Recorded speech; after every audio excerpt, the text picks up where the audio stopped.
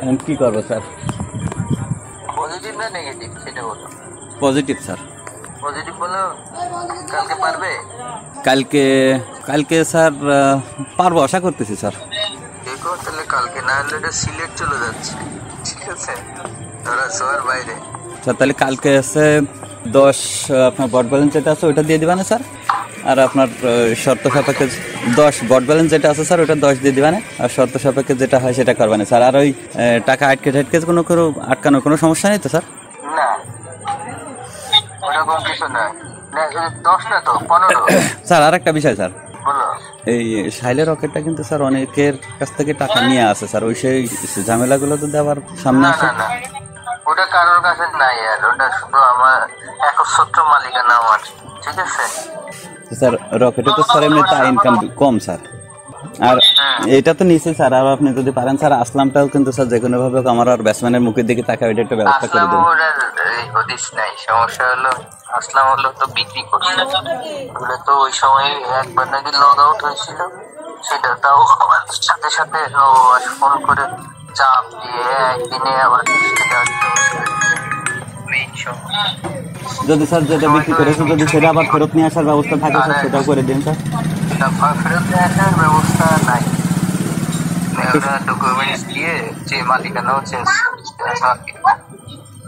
আমার ব্যাটসম্যান বলছিল যে ওইটা মুকুল মিটুর কাছে চলতেছে স্যার, যে এই টেলিগ্রাম সহ দিতে চাচ্ছে স্যার আমার ব্যাটসম্যান। না ভুল।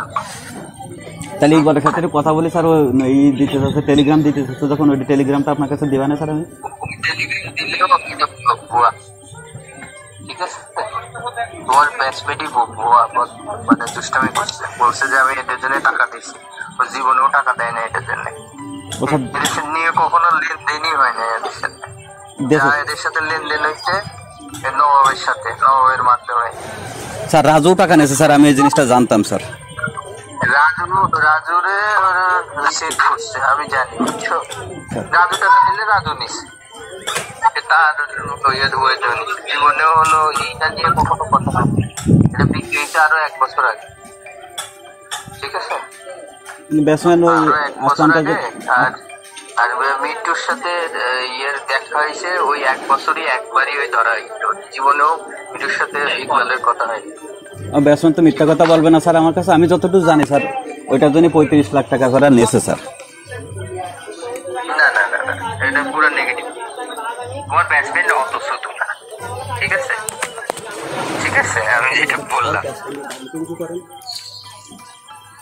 যদি সুযোগ থাকে স্যার তাহলে একটু ওরা কেউ অস্বীকার করে কিনা টাকার জন্য ব্যাটসম্যান একটু মুখোমুখি হতে স্যার। এটা হলো অস্বীকার টিকার না, এটার সুযোগ নাই, এই জন্য তোমার এটা নবাবের মাধ্যমে দেখিয়েছি। আমি তোমার বলে দিলাম কার মাধ্যমে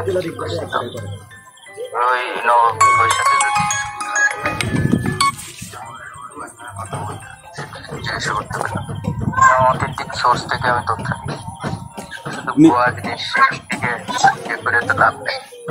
এই জায়গাটা আমাদের তো একটা বড় স্বার্থ নিহিত স্যার। তাহলে মিঠু আর ইকবাল এক জায়গায় হলে তো স্যার জিনিসটা ক্লিয়ার হয়ে যেত। ইকবাল মিথ্যা কথা বলতেছে না, মিঠু মিথ্যা কথা বলতেছে, তাহলে জানা যেত।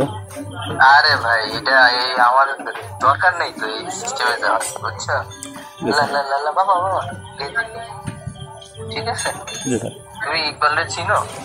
আমার ব্যাটসম্যান না স্যার। চিনো না? আপনার দেশই খারাপ হবে না স্যার, তো খারাপের জন্য না।